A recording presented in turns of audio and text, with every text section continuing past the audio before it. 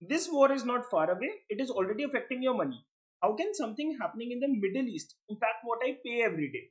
Stay till the end, because once you understand this chain reaction, you will see why this is not just geopolitics. It is about your fuel, your expenses, and your future costs.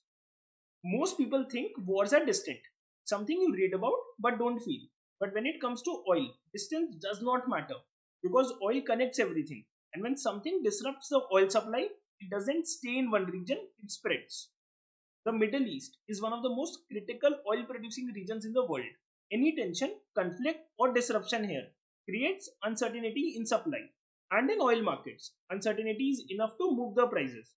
Even before the actual shortages happen, prices start reacting. Because markets don't wait for reality, they react to the expectation. Oil prices are driven by one core principle: supply versus demand. If supply feels threatened, prices go up. And wars create exactly that fear. Shipping routes may be disrupted, production may slow down, export risk increases.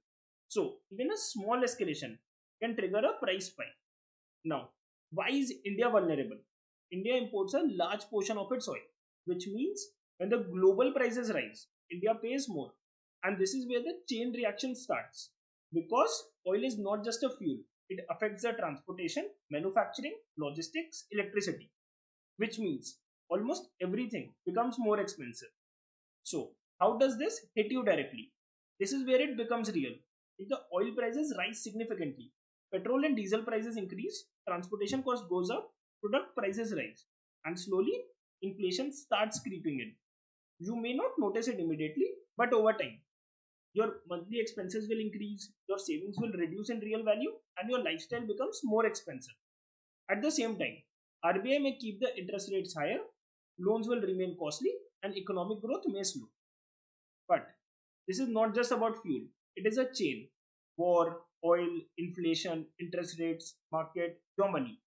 And once this chain starts moving, it is very difficult to stop quickly. That is why central banks become cautious. That's why markets become volatile.